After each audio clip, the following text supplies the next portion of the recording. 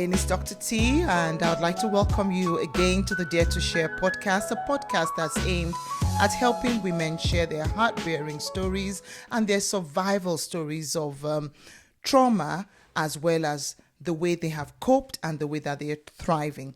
Today, I have a wonderful guest with me, someone I have known for over a year, and I think our talk around domestic violence, abuse, especially in our community as people from Africa, we face peculiar challenges, and Godslove is someone that has really taken this on board. She's unafraid, she's bold, and today we're going to be talking about why the need to share our story.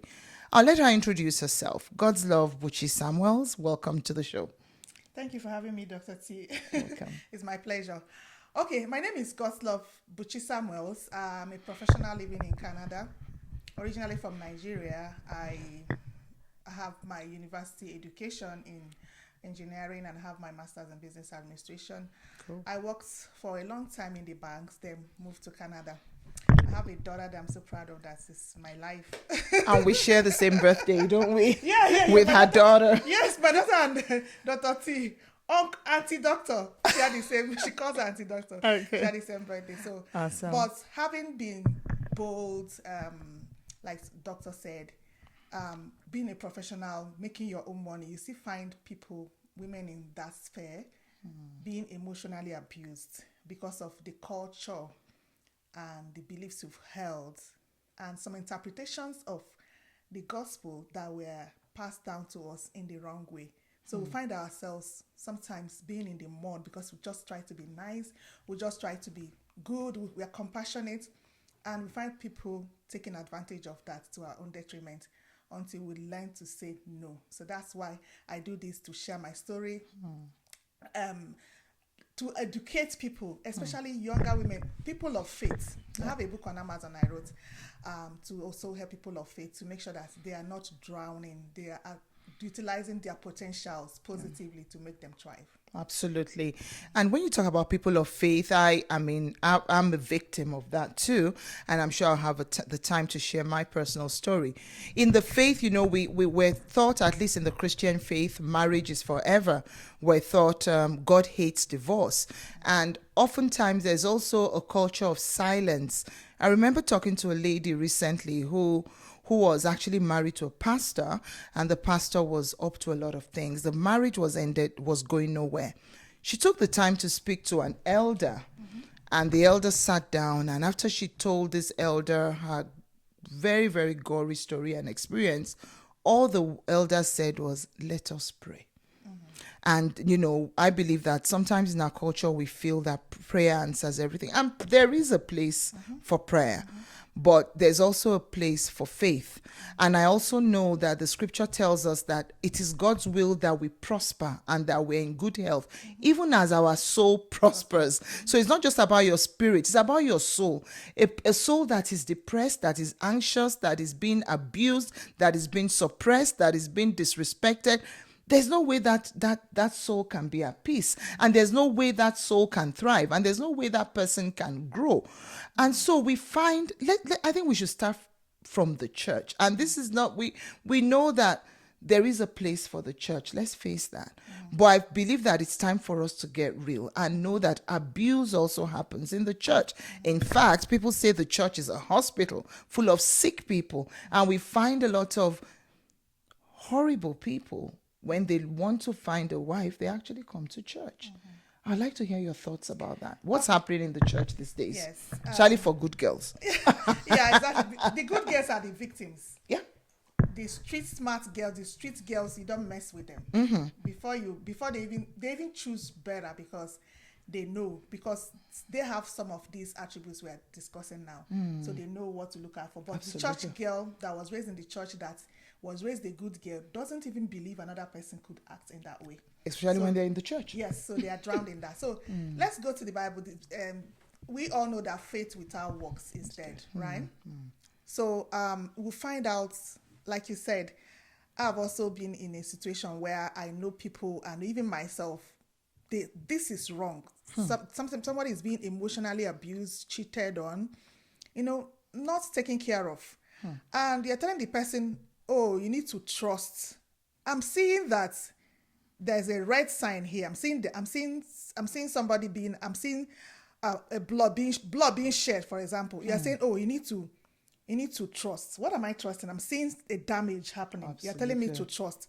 Oh, go and pray. What am I praying? You need to pray to someone that is willing to change. You need to pray for someone that is willing to change. You can't force good behavior on anyone. No. You need to be able to say, oh, I'm going to change.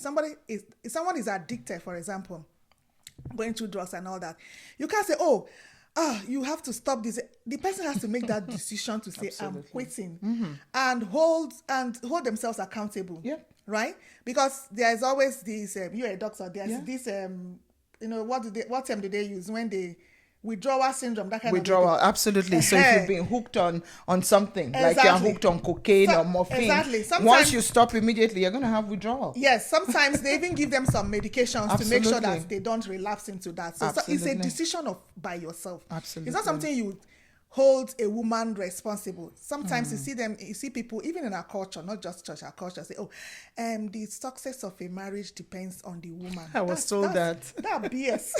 I was told that. That's total BS. It's all in your hands. You got to make sure you fix this. How can you be the president? You are the president of the home. And you now say the vice president. If a country fails, if an institution fails, it's the president that is held accountable first. Absolutely. Not the vice. Exactly. You can't say, oh, the country is failing. You call in a country now, they call the president T-Pain. The T stands for the president. Absolutely. Nobody remembers the vice. Absolutely. Right? So how will you now see an institution like that? You are the head, everybody submits to you. You now say, oh, it's the woman that decides. Oh wow. No, it's not. So but that being said, the woman also has a part to play. So it's both of them. It's teamwork. It's teamwork. So both of them have to agree. Then the third point is a tripod stand.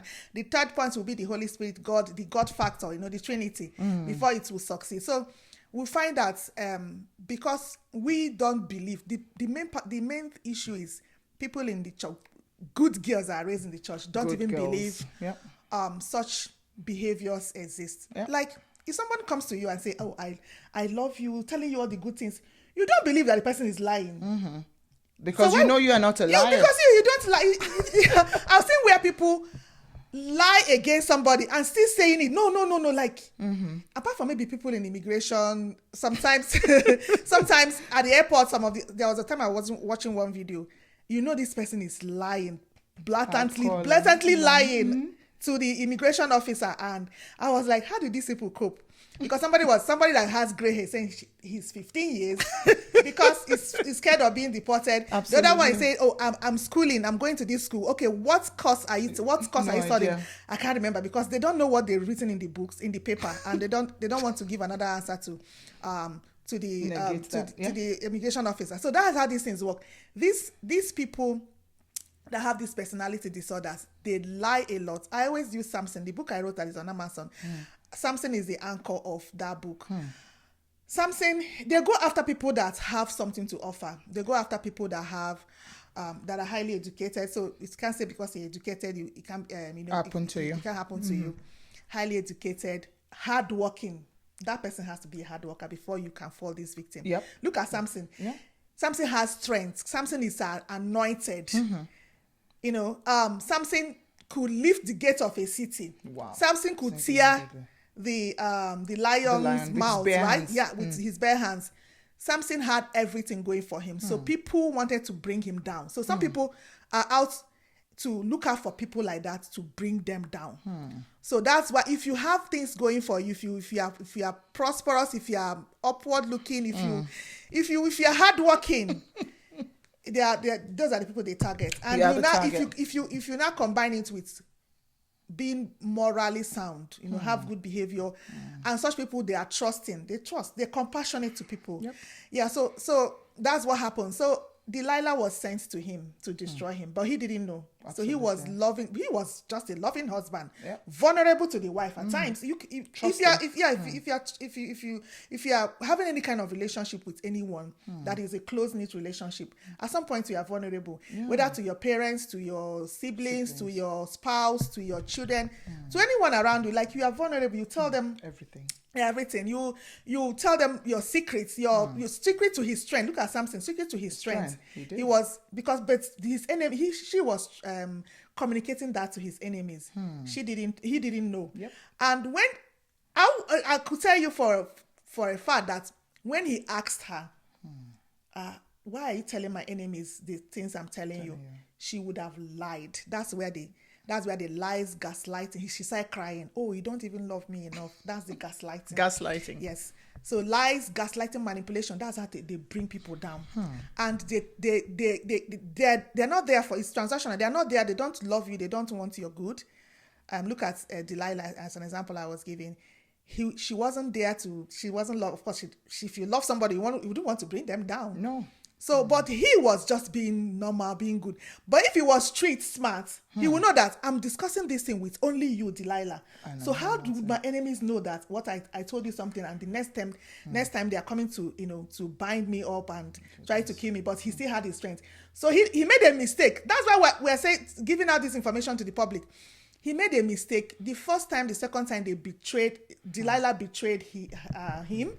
He would have broken free, cut off, divorced her, moved on with his life. He didn't. But he trusted her. Yeah. He still trusted. So somebody might say, oh, Samson is stupid. He's not stupid. These people will gaslight and manipulate you if you don't have the right information. Like some religious people are telling you today, oh, you need to pray. You need to trust. You need to keep it. They will manipulate and destroy if you don't take time. Absolutely. So that's why we do what we do. So they target people that are nice people, that are well raised, and have some things going on for them. They want to bring them down. So they use those lies.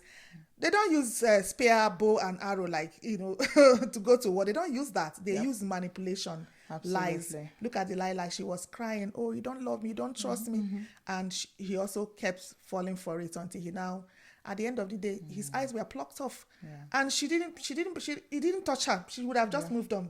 Because she has achieved her aim of bringing the person down. So that's why you need to protect yourself. If not, until they destroy you, they don't stop. You will not even know. I think that's the most painful part of it, is they don't come to you like, I am dangerous.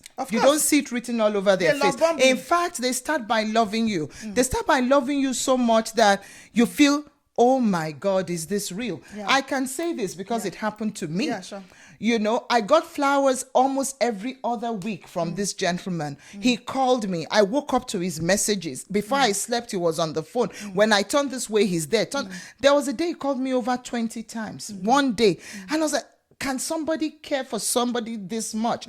So usually they'll come to you, they're almost like they are serpents, but they come to you looking nice, looking good, usually you start to ask, can it be so good? Is this real? And when you find yourself asking those questions, sometimes that in itself is a red flag. A red flag, Somebody that is calling you 20, 30 times a day, it might be that the person is actually jobless. He has nothing else to do but to call you, or he has an agenda. Agenda. And most of the good girls fall for this agenda.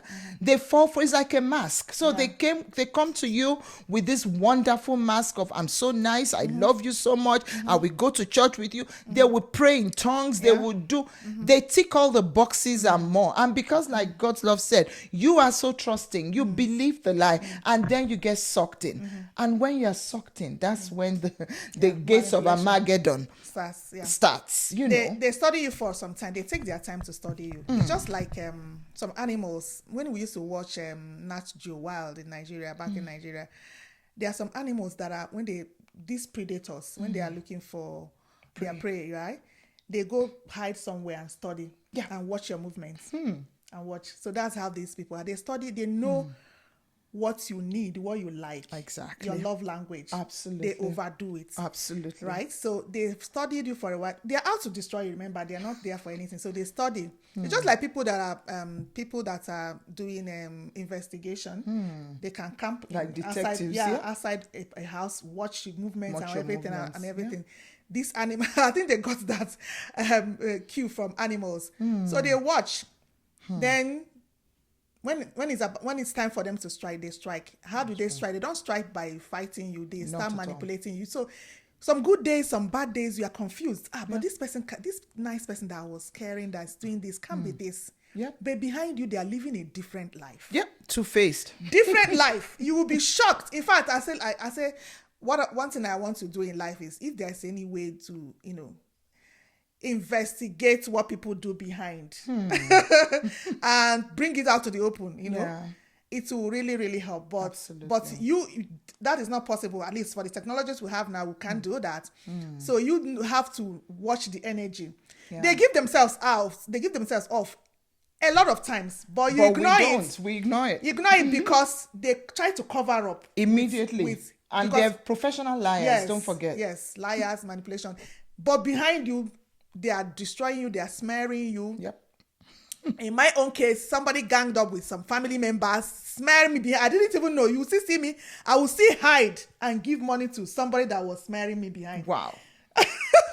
It was so terrible but I think God was fed up at some point. And God was fed up. Yes. Opened up. So opened God gets fed up? Yeah. God fed up. Like this guy opened up a can of, still today they are still denying, but I have of course I've pieced all the everything together and know what is going on. Yeah. Opened my eyes to see a whole lot. Wow. I will hide to go and, because I was so compassionate. This person needs this money. I will hide to go and give. The person I'm hiding from, so that because this person wouldn't allow me to give this money, but it's my money, right? So let me just give somebody that needs it, right? Wow. The person I'm giving money will still hide behind me to go and smear me to the other person. Oh my God. It took me time to understand that. I was in shock. I didn't get high blood pressure. It just got that same because I was in shock. Exactly. How can somebody be this supportive to me and I'm compassionate towards me and I'm doing this, smearing them, trying to bring them down behind my back? If they bring this person down, it's going to affect me too. The person is helping me, right? Sometimes they're stupid. They don't even know. They don't believe that you'll find out. Those are the things that happen. So exactly, the red flags are there for everyone to look out for. Exactly. It's not by what they tell you, it's how they behave, what they do. Action. Action. Something as little as, Dr. T, I like your nail polish. Mm-hmm. What's the color? You know it's not red, but the first thing that comes to your mind is tell me, it's red. It's red. Why do you have to tell me that it's red, right? That's a red flag. Absolutely. No matter how little the lie is, once somebody starts telling you lies, these days I don't give any grace now. Once you tell me one, why would you even tell me that lie? Why would you want to lie? Why would a full-grown adult want to lie? Because it's somebody that wants to be with you in a relationship. Yeah. So you ask yourself, why the lies? Exactly. Why can't they come out clean and straight? Exactly. And the reason is they don't have it in them. Yes. They're always trying to cover up. They always try to cover up something. They always try to. So they feel, maybe what do you know? Have you found out? So they always try to lie about.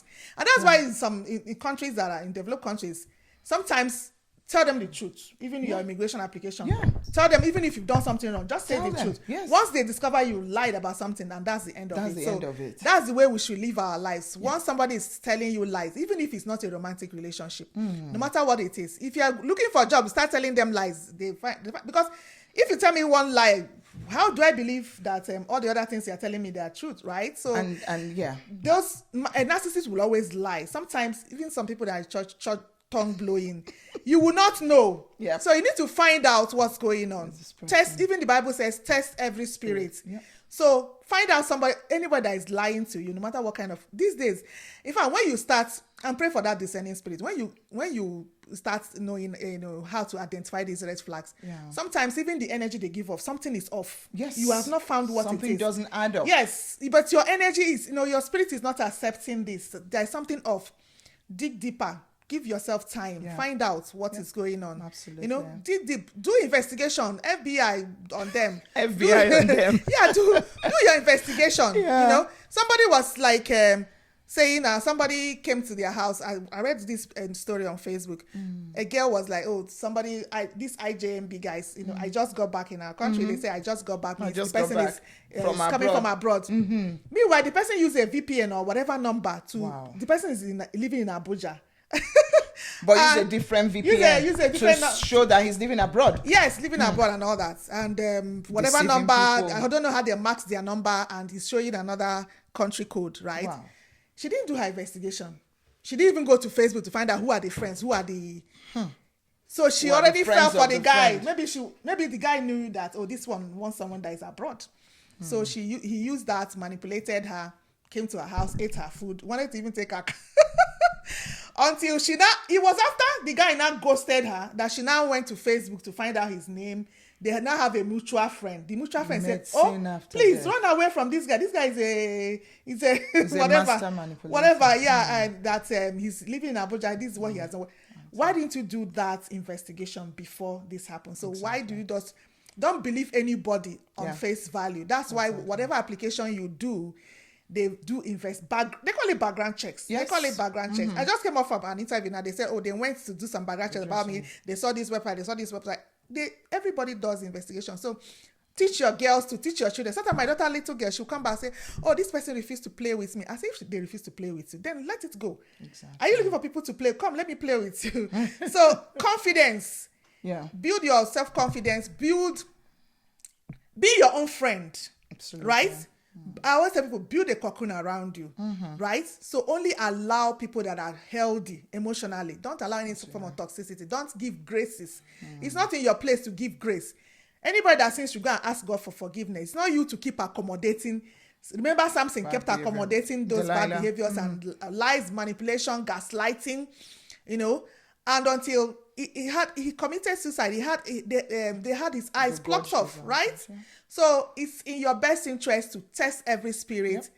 If the energy is not, something is off in the energy, dig deeper before you couple together with anyone, before you fall for anyone, before you do any kind of transaction with anyone. What, be it your employee, be it romantic is even the best. It is the highest point where you should, because you are giving your life, part of your life, away to this person. Whatever affects that person affects you in one way or another. The person can be cheating on you, get illnesses, and that will affect your life and destroy your life totally. Absolutely. The person can go and make a mess of their finances and dump it on you. A whole lot of things going to happen. Absolutely. So you need to really, really dig deeper to make sure that you don't make such mistakes. And if for peradventure you have made that mistake, there's always room for correction.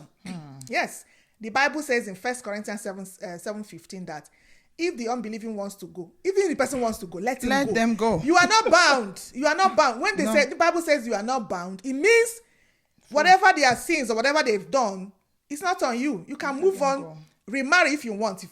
Now choose better in your life. So nobody is saying, nobody can come and tell you, oh, you need to keep praying for 100 years. Meanwhile, the person is doing their jamboree wherever and having a swell time with themselves. Absolutely. And you are there. I have a story. Okay. A story that I think I posted this in our group. Yeah. An 83-year-old woman was so lonely that somebody was stealing from her. She was sending money to somebody in Africa and believing that it's a love.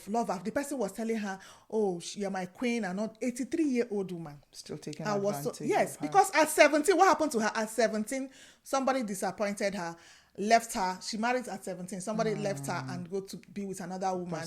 So she never recovered from that. So if you don't recover from it, if you don't recover from it, you're going to carry it to old age. Today now she's crying. Yeah. She doesn't even have the money. She has finished paying off her mortgage. But now she has got to use her house to take money for the same loan. Guy. Now she's owing $1,000 every month. Like I was mad. So mad. Like I think my eldest patient was actually 79. This is a true life story, and again she was rejected, and her first marriage failed. So she got into this other marriage, and she was extremely unhappy. He was a narcissist on steroids, and she was so scared to leave him. She stayed and she hung on thinking, what will people say? This is so shameful. And I know there are women out there that are thinking, what will people say? This is so shameful. But at the end of the day, it's about you. It's your life. It's your choice. And eventually, luckily, she left at the age of 79 after living and staying an unhappy marriage for almost 30 years with this gentleman. He had checked out. And you know, before they physically checked out, they actually mentally checked out. Sure. They make you know that you are not really that important to them. They don't value you. They don't value, and you know. And it's just really sad, especially for women that are empaths. You know, we keep hoping, even when the signs are clear that this is not going anywhere. We keep hoping, we keep praying, we keep fasting, and time is going. You do yourself the greatest disservice by sitting in an abusive relationship. Now, I started this podcast, God's Love, just for people to share their story. And you'll agree with me that in our environment, because of the social, the cultural, the religious, people are always so afraid to talk. Why is this so? Okay. Why? Yeah. And how can we challenge this? Okay, yes. Like you said, what would people say? Shame. Somebody, I think I was in a church in Regina. Somebody was like, I think it was even a pastor's wife that was saying that somebody's married me. I've lost shame right from time. I'm the one that will tell you my story. Like what is it? So somebody said, that because of shame. I said, what shame are you talking about? If not that pastor's wife, I like her, I would have reminded her, most of these people, their parents are second wife, third wife, fourth wife. So what shame are you talking about? Somebody, and that's why the street girls are better. Before you know it, they throw you out. Like they really want to throw you out. Like, and they don't. Some people even celebrate their divorce. Their divorce, they have a party. But somebody in church will be like, "Oh God, what will?" Leave that place. If anybody is judging, you know what you've passed through. If anybody is judging you, leave that place. Yeah. Leave that place and go and thrive. Yes, leave the church. Leave that place, go and thrive. Yeah. You know yourself. If you have a relationship with your God, you know what you passed through. You know what you went through. You know what. Most times you've bent your bend your head backwards to, walk on eggshells to satisfy this person, but they refuse to be satisfied, and they are cashing in, or they are cashing in on the fact that you are trying to make it work. Yep.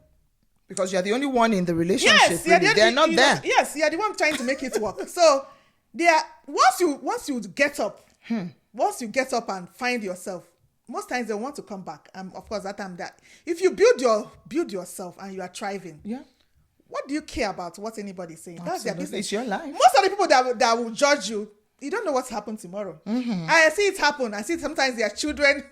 It happened to their children. People have come to me to seek advice. I say, okay, you were judging that time.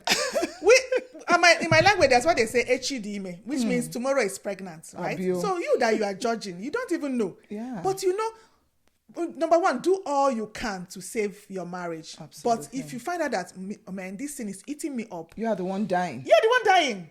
So do you want to die? You're the one dying. There's a gospel minister that just died like that because she was making the money, giving to this man. The guy was messing up with her and all that. And she was just there. And I was so cross with her pastor at that time, because there are some pastors that will tell you, no, this is, they will even want to drag you out. It's enough. No. Enough is enough. Yeah. I also know one one Instagram friend of mine. She's also a gospel minister. All right. Yes. It happened. People judged her and all that. Of course, she had to go through healing and all that, of course. But today, she's remarried to another gospel artist. Wow. She was infertile for the 10 years that marriage was. Now she has a baby girl. The man has 4 children. So God gave her 4 children. Because unfortunately the man's wife died. But today she's happy. She's okay. So you don't know, so far you have been good in that relationship, in that marriage. God wouldn't forsake you. Absolutely. So just leave, and you have, God is not angry with you. They keep quoting to you, God hates divorce. God hates putting away. Go to the scriptures, read it very well. God hates putting away. He doesn't want men to be putting away their spouses because they are tired of them. So that's what God says. He hates it. He was been talking to the men there. Yeah. But some ignorant women just picked it up and started saying, this. I went before I took my decision. I went in there because I don't want anything to happen, to affect the relationship I have with God. I did research. I did everything. So God was talking to men. I hate you putting away your spouses. And people are just putting their spouses away because I divorced you. I don't want you anymore because maybe you are older or something. Yep. He didn't say, God hates divorce. How? What happened? Yeah. Even somebody that is cheating on you, even Jesus has said, the Bible has said, except for marital infidelity, you can go and you are not bound. You are not bound. So, but people don't quote that, and these manipulators have been planted in churches to make sure that they hold these women down and make sure that they keep pressing on them and keep manipulating it and keep using them. So the woman you talked about at 79 years, go and check her now. She's healthier. She is healthier. Yeah. She's more beautiful. Yeah. She has rented an apartment. Yeah. She had always wanted, she trained as a hairdresser. All the 30 years she was with this guy, she couldn't even do her work. Exactly. She couldn't dress her hair. Yeah. Now she's doing that. She's liberated. Yeah. I see her and there is a light. There's a heaviness that is lifted. And so when we all sit down and we're so scared, I think people need to know that there is life outside of divorce. Yeah. And the thing, even as a medical doctor, when you are under, because all of these behaviors we've talked about, it affects your body, your soul, your mind. You age prematurely. Yeah. You develop high blood pressure because you have high drive of adrenaline, high drive of cortisol. What happens? You gain weight. And this is the same person that will tell you, oh, you are not beautiful, you are so ugly. This same manipulator will tell you, who will want you? I remembered my ex was telling me, oh, who will need you? Who will ever want you? I'm living my best life. It might not be perfect, but when I look back, I'm like, I'm more grateful that I'm out of it. It's just, I talked about the bird that is caged. That was what I talked about in last few months on Instagram. So sometimes women find themselves in these relationships. It's like you are just in a cage. You can fly, but you can only go so high and then you're back down. In fact, to cage a bird, they clip the wings. Can you imagine the amount of abuse it's going to take for a woman to sit in a cage like that for years and years, but wait until that cage is open. I think it's the book of Psalms that talks about when the chain is broken. There's a difference between unlocking something and breaking it loose. So when you have an opportunity and that cage that has held you bound is being broken, you can fly, you can soar, you can thrive, and you will help others, which is exactly what we're doing now. So let's ditch the shame. I know it's a lot of, and you see, people pointing at you, they are also going through a lot in their lives.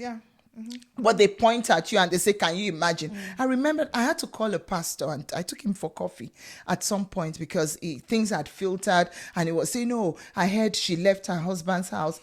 And I took him out and I sat him down.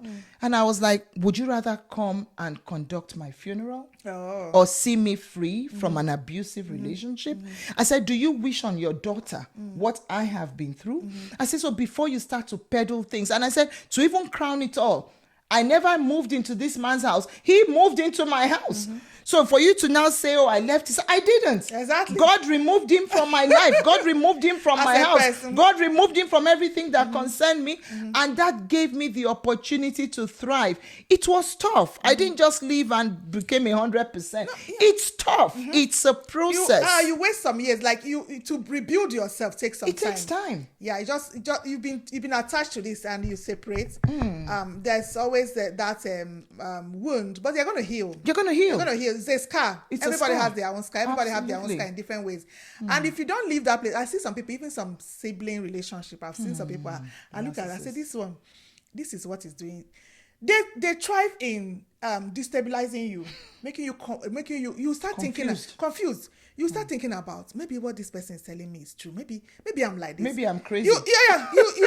They chip away your self-esteem and confidence. Right, and confidence, right? So I see some of these relationships. I say this is, but if you tell them, sometimes they don't understand it. So I just pray, because once they leave that relationship, you see yourself thriving. Exactly. You see yourself thriving because sometimes you be wondering, why was I even in this space for so long? Absolutely. Why was I in this space?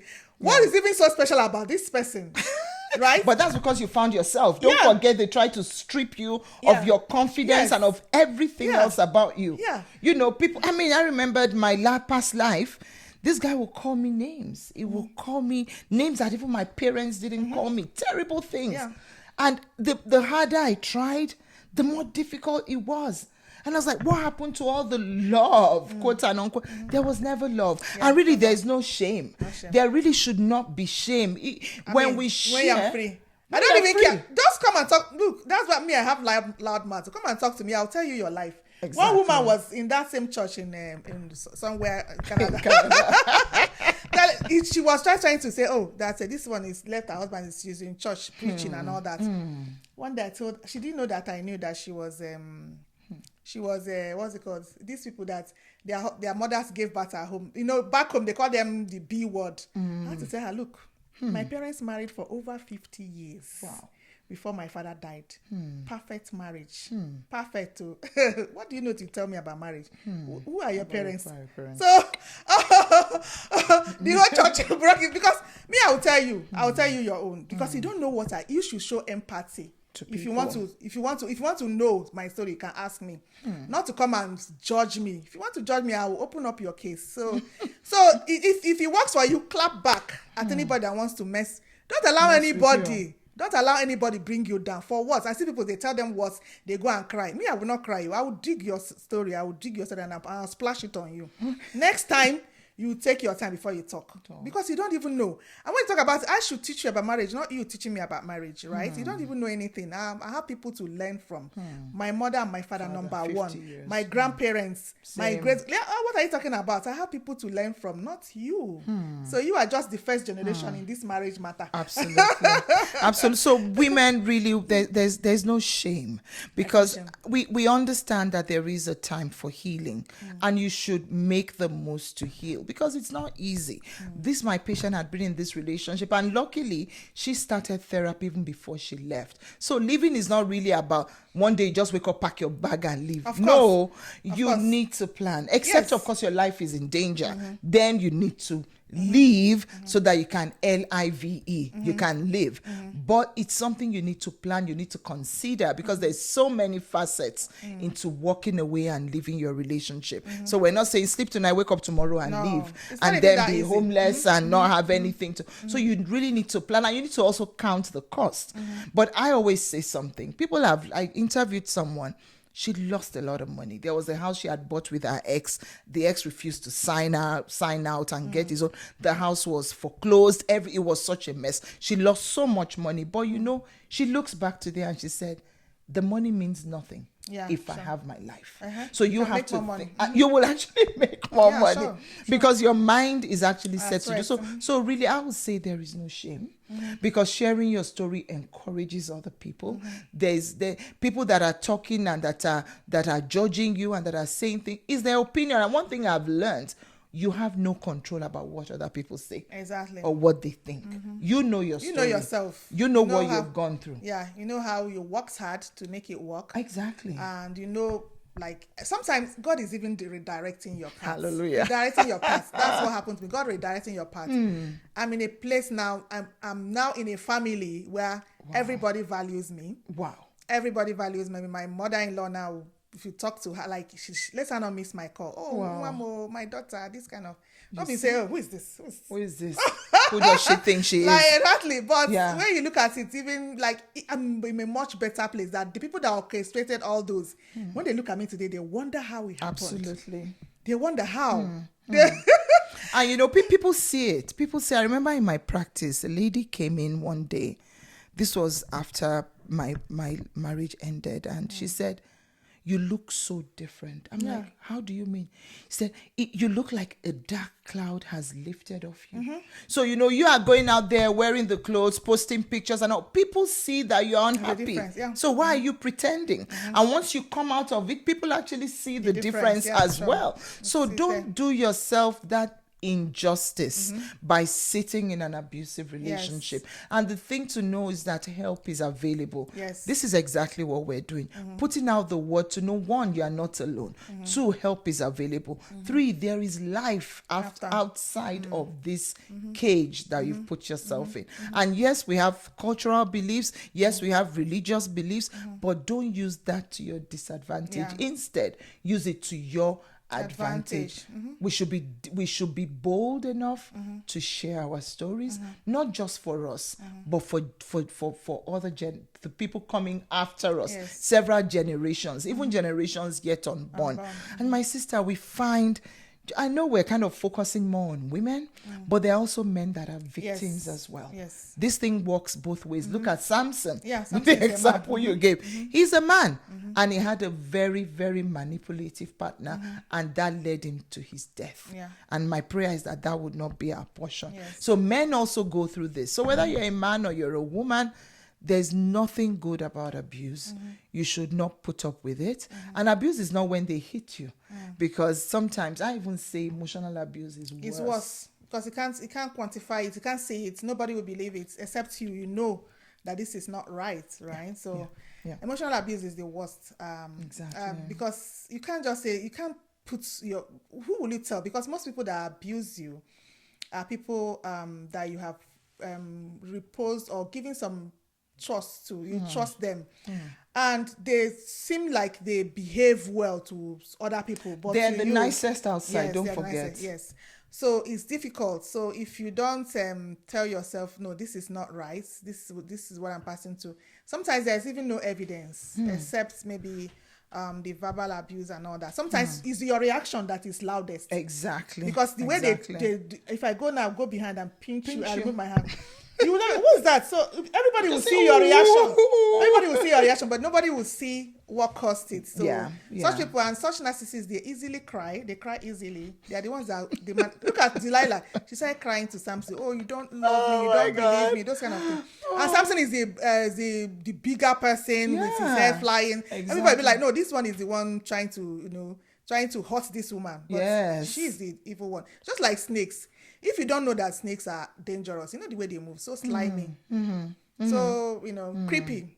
You wouldn't know now. You'd be like, let me go and carry this one until they put their venom on you. So those are the things you need to look out for. Emotional abuse is real.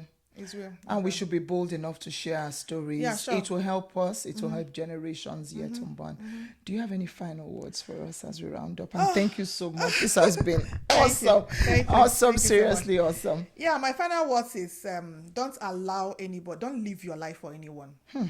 Don't live your life for anyone. Oh, what would this person say? What will my church say? What will my pastor say? What will my... Is it your pastor or your church or your father or your mother that is in that situation? It's not anybody else. It's you are the one in that situation. You have to be bold. Own your life. Exactly. Whatever that is not serving you, ditch it. Absolutely. Ditch it. All right. So sometimes I've seen I tell stories a lot. That's one lady was sharing her story. Her sister, she left her sister and her husband in the same house, traveled to go, I think, for greener pasture or something. Her maid, she brought her sister so that her sister could help take care of her kids, and not trusting the house girl. It's the maid that now told her, oh, auntie, when you left, this is what uncle and auntie was doing, to the point that she got pregnant, had a child. Wow. So something happened, she had to send her sister away and all that. Do you know her family? Her mother was like, I think she later, the sister later got married, and I think something happened in her marriage collapsed. Of course, such things will always follow them. So the husband threw her out of the house. So her mother is trying to manipulate her to accept this sister back into her house. So she's asking, what should she do? I was like, ditch that your mother. That your mother is very manipulative. Why will you tell her? Why will no, that she's not? They always use that card. They always play that card. Oh, you don't want to forgive. What are you forgiving? I always tell people, God forgive me, but if God could chase down Satan, who are you? You chase them. Exactly. Satan was the morning star, the most beautiful voice and everything. But when God saw that this one is evil, he chased. So you can't stay with a narcissist, a manipulator, and you win. They are going to win. So if God couldn't contain it and say, get out of my presence, you are not the one to say, okay, I want to say. Samson, another person, he would have divorced that woman and fulfilled his life. But that woman messed up his life. And I'm always telling people that Judas, to betrayer, somebody that is supposed to protect you, betraying you, is very dangerous. Don't have your back. Yes, it's very dangerous because you trust this person, just like you playing with a child. The child needs to catch the person. But if you not catch with a knife and you survive it the first time, what are you going to fall there again? They're going to do it again. So Judas also, instead of Jesus was nice to him. He was a good master, good everything. That's the part. That's another teaching. That's the part God has destined for him to follow. People are going to kill him, right? He was going to be, crucified on the cross. The the stupid Judah didn't know that this is his part. You go and throw yourself in the mix of the whole thing. Jesus did not say, "Oh, Judas, I love you, I kiss you." Jesus cursed him and said, "Woe unto, I came to this world to die, but woe unto the person that is through him that I will die," right? He was supposed to be a close ally to Jesus. 100%. He went to go and kiss him and say, gave him up. He knew those people wanted to kill him. Yep. He didn't know that Jesus will resurrect to say, "Oh, I just did it so that it will be his part." No, he didn't know. He knew that he know that these people were trying to kill him. So someone that's trying to destroy, someone that's trying to someone that's trying to destroy you or kill you or do whatever to you, right? You that is my ally or my family or my partner will not go and sell me to them. You're not supposed to forgive that. That's what the title of my book. Maybe Jesus forgive, but forgive what is difficult to forgive, but don't forget. Yeah, don't forget. And always learn from the pain. Exactly. Learn from that experience. Don't accept them back into your life. No, you cannot. You should don't not. Do that. Don't accept them back into your life. So, but Peter denied Jesus. Peter was having a bad day. Times. He didn't say, he didn't say, "Oh, this person wants to kill my master, but let me go and hide and collect money and give it and give them away." So you're not supposed to accept such people. So don't, anything that doesn't serve you, if you find out that this person has betrayed you, go on behind you to do something, commit some atrocity against you, don't ever say, "Oh, let me forgive and accept them back into your life." They are going to plan, make more plans. They're coming for a bigger, more dangerous one. Even Jesus says, when you cast out a demon, if you don't replace it with a good spirit, they'll go and carry more and come. See, I can do 100 sermons on this narcissism. It's in the Bible. God has given us the thing, but we don't look out for it. People, you see that people will tell you, "Oh, you need to forgive 70 times 7." No, when it comes to that. When it comes to that, someone that is betrayed, someone that is an ally betraying you, somebody you trust, somebody you leave your part of your life to, and the person is behind you doing something that is against you. Yep. Don't. So live your life for yourself so that you live to fulfill purpose. If not, you're not going to fulfill purpose. Absolutely. You are going to end up like Samson. Except you want that. So that's we don't want that, of course. Yeah. We do not want that. Yes. I really want to say big thank you. Oh my God, pleasure. You're just an encyclopedia of so much knowledge around this topic. And I'm so happy to have had you here. My pleasure. I hope that people will learn and people will pick up. I love the way you use scripture today, because a lot of us kind of just hide under that umbrella. But look at Samson's story. Look at Judas and Jesus' story. Look at Peter and just look at all this story. It's all there. Yes. So it's for us to learn, for us to be wise, and for us to be ready to live and to thrive. Thank you so much for daring to share all of this information. And again, I'm your host, I'm Dr. T. Until the next episode, thank you so much for being our guest. God bless. Bye now. Thank you.